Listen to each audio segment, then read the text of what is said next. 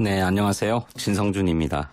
자, 대통령과 민주당 지지율이 최근에 많이 빠졌습니다. 반면에 미래통합당은 꾸준히 올라서 창당 이후 최고치를 찍었는데 이게 일시적 현상일까? 아니면은 추세인 것인가? 추세라면 민주당이 위기를 아무래도 생각할 수밖에 없을 텐데 네 번의 큰 선거에서 연속 승리, 그리고 지난번 총선의 압승.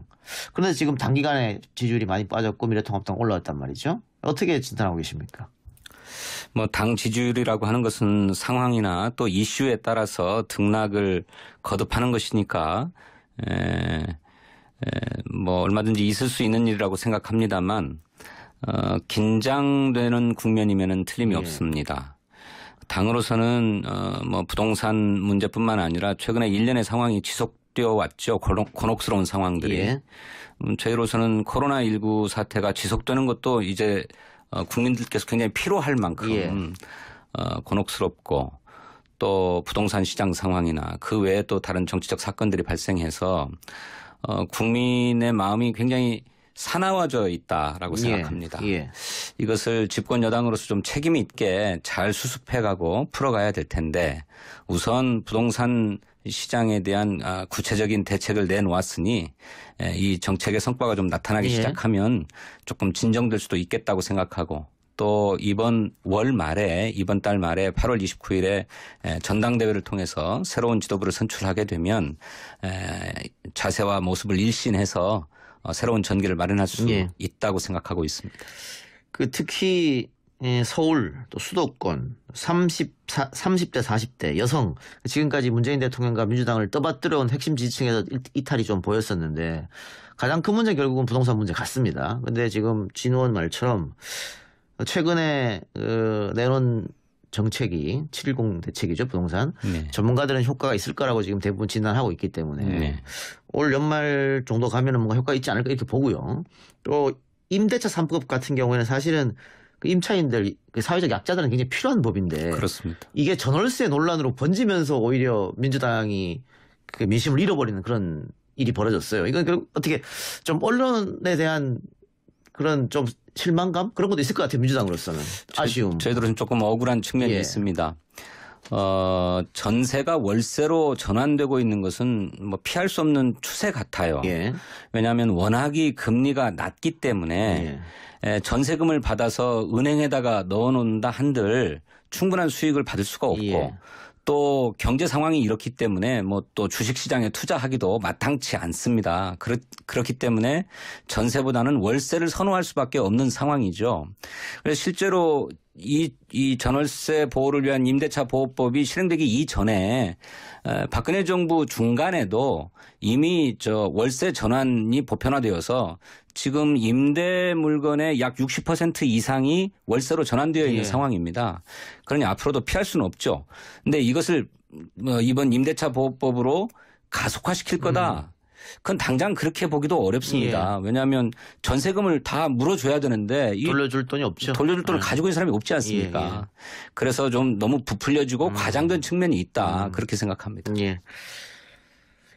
그리고 지금 민주당 지지자들은 굉장히 박수를 치고 있는 것 같아요. 여러 가지 법을 통과시킨 것에 대해서 이렇게 하라고 180석을 몰아준 거다. 이렇게 얘기는 하고 있습니다만 야당에서는 독주를 넘어서 독재라는 이야기를 하고 있거든요. 그리고 그게 언론을 통해서 국민들에 비춰지고 있고 이런 모습이 계속해서 이렇게 간다면 또 여당으로서는 부담이 될 수도 있을 것 같은데요. 그게 이제 미래통합당이 노리는 프레임인데 국회 개원 전부터 민주당이 다 알아서 해라. 법사위원장 안 줄 거면 다른 상임위원장도 필요 없다. 혼자서 뽑든지 말든지 알아서 해라. 이런 것 아니었습니까? 그래서 그렇게 민주당에게 거대 여당이 되어가지고 오만해졌다, 독주한다, 독재다 이런 프레임을 덮어 씌우고자 합니다. 그 저희들이 잘 압니다. 전략적으로 알지만 왜 이런 선택을 할 수밖에 없냐면 민생이 너무 시급하기 때문에 그렇습니다. 저희들이 21대 국회 들어서 처음으로 단독 처리를 강행했던 게 3차 추경안이었는데 이것도 민생 현안을 위해서 시급하게 해결해야만 했고요. 이번에 처리한 부동산 입법들도 마찬가지입니다. 이게 지체되면 지체될수록 그 입법 공백 기간에 이를테면 집주인들의 횡포가 계속될 수 있고 예. 또 집값은 계속 오를 수 있기 때문에 하루빨리 정리를 할 필요가 있었다라고 예. 생각하고 민생 현안 해결의 시급성 때문에 불가피했다. 이렇게 좀 이해해 주셨으면 좋겠습니다. 예. 어쨌든 지금도 뭐 야당하고 이야기는 대화는 좀 하십니까? 어떻습니까? 예, 대화는 계속 이어지고 있는 것으로 압니다. 예, 국회 모습 보면 대립각을 계속 세운 것 같아서 20대는 물론이었고 21대에서도 걱정하는 분들이 좀 계신 것 같습니다. 근데 글쎄요, 악재라면 악재일 것 같은데 지금 노영민 비서실장과 청와대 수석 5명이 일갈 사의를 표명했습니다. 네. 여러 가지 문제가 있고 거기에 책임을 진다는 차원에서 저는 뭐 쇄신 차원에서 나쁘진 않다고 보는데 다만 이 중에서 그 수석 두 분께서 갖고 있는 부동산 1가구 2주택이었는데 결국은 그거 처리하지 않고 지금 사표를 쓴 거거든요. 네. 그러면 집 팔기 싫어서 사표 쓴 거 아니냐. 또 이렇게 갖고 갈 수 있을 것 같아요. 그럼 이것도 여당에서는 부담일 텐데. 글쎄 언론에서 벌써 또 그렇게들 얘기를 예. 하시더라고요. 예, 뭐 직접적인 원인이 뭐 그런 것이라고는 생각하지 않습니다만 당초에 8월 말까지 시한을 설정하고 그때까지는 다 처분하겠다는 방침을 밝혔던 만큼 아직 시간적인 여유는 좀 있는 편이었는데 비서실장 이하 수석 비서관들이 그런 선택을 한 것은 아까 말씀드렸던 것처럼 부동산 시장 상황을 포함해서 여러 가지 일들이 국민을 피곤케 하는 일이 거듭되면서 국민의 피로감이 너무 큰 상황에서 국정 운영의 동력을 좀 새롭게 마련하는 전기가 필요하다라고 하는 충정 속에서 결단한 게 아닌가 그렇게 생각합니다. 결정은 뭐 대통령이 하시겠지만 뭐 쇄신 차원에서 필요하지 않느냐 이런 얘기도 당에서 좀 나오지 않습니까? 뭐 언론에서도 진즉부터 총선 직후에 청와대뿐만 아니라 뭐 내각에도 개편이 있을 거다라고 하는 예상이 쏟아지기도 했지요. 어쨌든 우리 당도 전당대회를 통해서 지도부를 일신하고 있고 또 뭐 청와대나 내각이나 새로운 각오와 결의가 필요한 시점이라고 생각되기 때문에 대통령께서 잘 판단하실 거라고 생각합니다. 예. 진 의원님도 이제 지역구를 뭐 갖고 있는 정치인이니까요. 최근에 청와대에서 정부죠. 정부가 공급대책 부동산 발표를 했습니다. 네. 근데 민주당 내 지역을 갖고 있는 의원들이 일부 반대, 또 구청장들도 반대. 네. 좀 삐걱거리는 게 아니냐. 너무 일방 발표를 한 게 아니냐. 그런 얘기도 나와요. 부동산 정책의 특수성 때문에 모든 분들에게 방안을 공개하고 의견을 수렴하고 토론하고 할 수는 없지요. 워낙이 이해관계가 복잡하게 얽혀있는 문제이기 때문에 상당한 보완성을 요구하는 것이 사실입니다. 그래서 충분하게 협의를 못했다라고 하는 것은 인정할 수밖에 없는 것입니다만 제가 파악해본 바로는 뭐 여러 의원님들이나 또 지방자치단체장들이 총론에서는 다 동의하고 있어요. 그런데 지역마다 조금 특수성이 있거든요. 제 지역만 해도 영구 임대 아파트가 밀집되어 있는 곳이어서 임대 아파트, 공공 아파트에 대한 거부감이 굉장히 높습니다. 그래서 이제 총론이 결정되었으니 강론을 추진하는 과정에서는 그런 주민들의 우려나 걱정하는 부분들을 잘 해결하고 해소해 나가는 노력이 필요하다고 생각합니다. 하지만 현재의 집값을 잡고 우리 국민들이 정말로 좀 편안하게 사실 수 있는 공간을 마련하자고 하면 공공이 자금을 동원하거나 공공이 주도해서 추진하는 재개발이나 재건축 또는 주택 공급 사업에 있어서는 그렇게 공공 아파트 원칙이 좀 견지돼야 된다고 생각하고 또 그렇게 공공 임대 아파트를 공급한다고 할 때에도 기존의 임대 아파트가 아닌 새로운 개념의 그래서 살만한 질 좋은 아파트를 공급하겠다라고 하는 새로운 결심도 필요하다고 생각합니다. 예, 그런 게 좀 필요할 것 같고 그 경기도에서 앞으로 하겠다고 한 임대주택도 바로 그런 거였거든요. 지금까지 그 소위 말해서 이미지 안 좋은 임대 아파트가 아니고 뭐 역세권에 있는 좋은 집 뭐 이렇게 해서 좀 바꿔보겠다 이런 생각인 것 같은데 임대차 3법이 뭐 논란은 됐습니다만은 결국은 이건 민생 법안이기 때문에 시간 지나면 저는 박수를 받을 수 있을 것 같고요. 그런데 이 공급 대책 같은 경우는 뭐 2, 3년 안에 결정되는 문제가 아니니까 네. 결정하고 공급할 때까지는 뭐 5년, 10년은 걸릴 수 있는 문제지 않습니까? 네. 그게 조금 시간이 걸리는 문제고 당장 중요한 것은 이제 정말로 올 연말쯤에 집값이 떨어지는 그런 모습이 나올 것이냐, 네. 부동산이 안정될 것이냐, 710 대책으로. 네. 거기에 대해서는 조금 어떻게 장밋빛으로 보고 있습니까? 안정될 것이라고 보고 계세요? 많은 전문가들도 그렇게 보고 있습니다만 우선 이번 710 대책으로 인해서 부동산 정책의 뭐랄까요, 이렇게 기본 프레임이라고나 할까, 예. 틀은 완전히 짜여졌습니다. 그래서 주택 거래 전 과정, 뭐 취득, 보유, 또 뭐 매각에 이르는 전 과정에서 투기 수요를 억제하기 위한 중과세 조치들을 다 취했고, 예. 그래서 적어도 투기 수요로 인한 집값 상승의 요인 같은 것들은 좀 잡을 수 있었다고 생각하거든요. 실제로 시장 상황도 조금 더 지켜봐야 되겠습니다만, 이런 그 정부의 정책이 논의되는 시점을 전후로 그 후로는 부동산 상승률, 집값 상승률이 큰 폭으로 완화되고 있다고 합니다. 강남만 해도 한 주 집값 상승률이 0.02%로 내려앉았다고 하니까 저는 이 추세라면 잡힐 수 있을 거다, 이렇게 전망하고 있습니다. 예. 이 행정수도 이전이 부동산하고 어쨌든 연계돼서 같이 가는 문제입니다. 뭐 행정수도 이전하면 서울 집값이 좀 안정되겠죠. 다만 뭐 세종 집값은 올라갈 수도 있겠습니다만은. 이 행정수도 이전은 어쨌든 민주당이 뭐 지금 정권이 아닌 그전 노무현 정권, 김대중 정권부터 지역 분권을 이야기했으니까 말이죠. 네. 결국은 그런데 개헌의 문제가 아니냐. 이걸 법만 바꿔가지고 가능하겠느냐. 만일 그렇게 했을 때 야당에서 또 한 번 개헌으로 법으로 올렸을 때 만약에 헌재에서 네. 또 그런 결과가 나오면 그때 어떻게 할 것이냐. 네. 그렇죠. 행정 수도를 법적으로 못 박으려면 개헌이 제일 깔끔한 수단일 겁니다. 예.